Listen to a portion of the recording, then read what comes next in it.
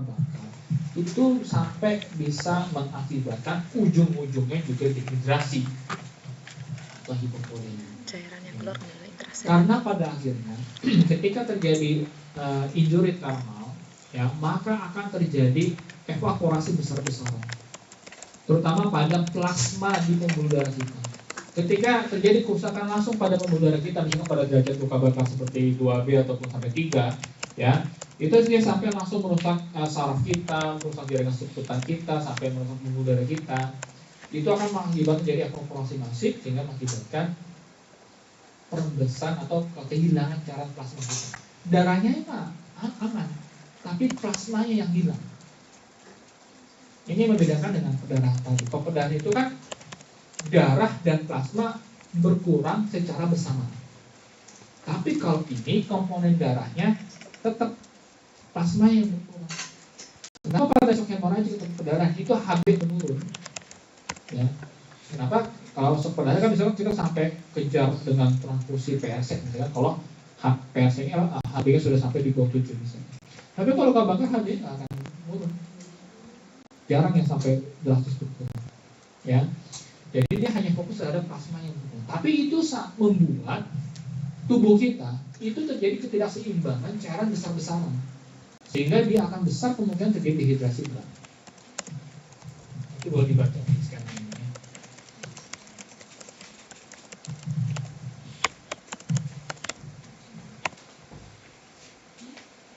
Nah, ini adalah derajat luka bakar. Ya, secara umum ada 1, 2, 3. Saya langsung sini saja. Ya, ini adalah derajat 1.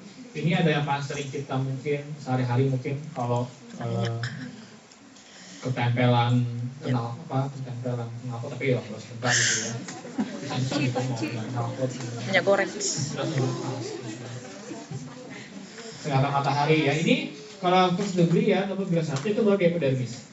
Ya, karena gejala nyeri ringan, sensitif, dan eritema, ada kemerahan, ya. Dan dia bisa sembuh spontan 5-10 hari dengan fluid, nanti ada proses pengupahan. Kita berenang gitu kan, berjemur tapi lupa pakai sunscreen atau sunblock gitu ya. Ini partial thickness atau grade 2A. Di sini epidermis rusak dan sudah masuk ke sebagian dermis. Ya, ada gejalanya nyeri, ya, dorong nyeri. Nah, kalau 2A yang paling khas adalah dia ada blister atau bulan. Perkiraannya sembuh sampai 10 hari ya, ini hanya prediksi saja. Sedangkan 2B, nah ini 2B sudah sampai dermis sampai sudah masuk mulai subkutis ya. Jadi dermis sudah hilang semua ya. Ini sudah mulai kelihatan lebih nyeri ya, nyeri hebat dan sudah mulai beresiko dehidrasi ya. Lalu penampangan luka, pengudara mengalami trombosis ya. Lalu juga dia sudah akan lebih lama dan sudah akan bisa kemungkinan melakukan tindakan definitif ya.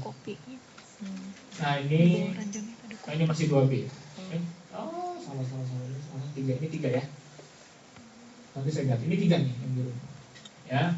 Ini sudah sampai merusak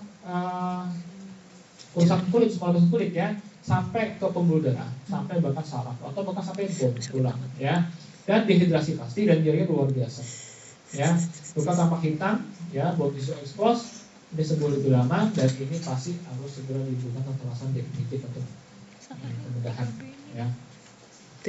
Nah, ini yang paling penting, ada cukup menghafal rule of 9 ya, karena ini akan menentukan luas luka bakar sekaligus menentukan kebutuhan resusitasi cairan pasien pada luka bakar. Nah, ini adalah pada kesan luka bakar kita ada 3 fase. Fase pertama adalah fase emergensi. 1%. Di fase emergensi, paling utama kita harus pastikan apakah sudah terjadi shock atau bukan. Ya, jadi dari awal kita langsung lihat ini ada shock atau enggak. Ya. Walaupun walaupun belum ada tanda-tanda, maksudnya walaupun belum sampai kelihatan ada tanda-tanda shock, ya, maksudnya gini, jangan sampai kejebak tadi, tunggu tensi turun. Ya, tapi kalau sudah meningkat itu sudah dikatakan shock.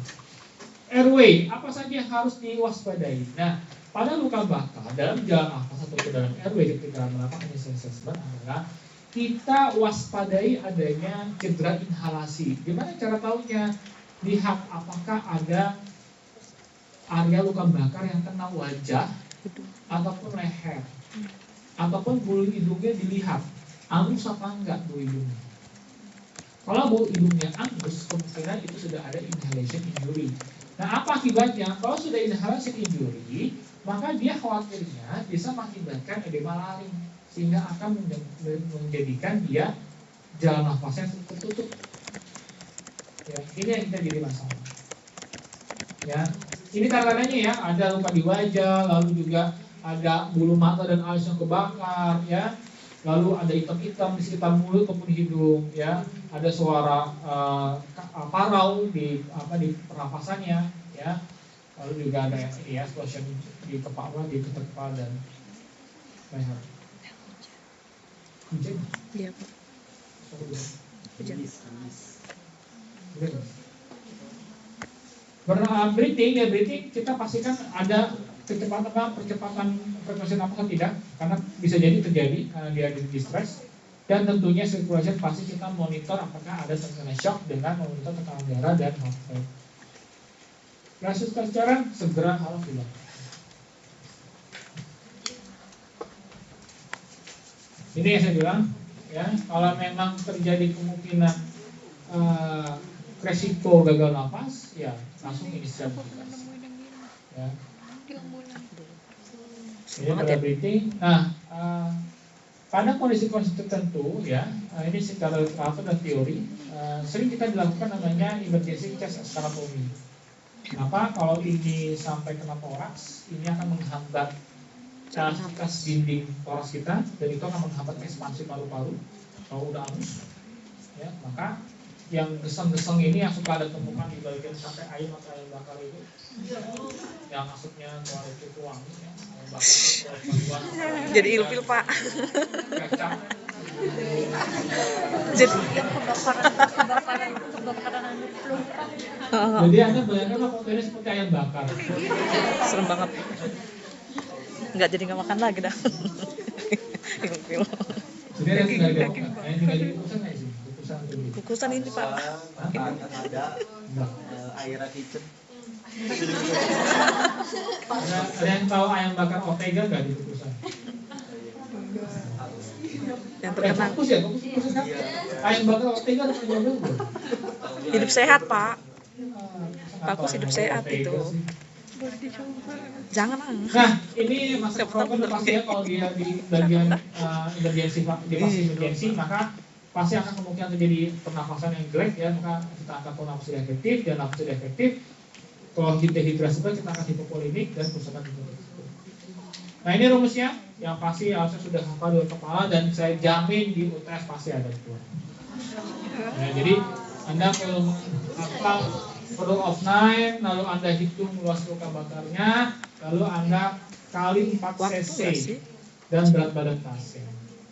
Kalau memang misalkan kita latihan maksudnya, misalkan pasien mengalami luka bakar di ini saya gambar orang ya, biar gambarnya jelek, biar Anda bingung. Nah, saya punya pasien luka bakar. Ini luka bakar di sini nih, di bagian depan doang, tapi di bagian depan doang.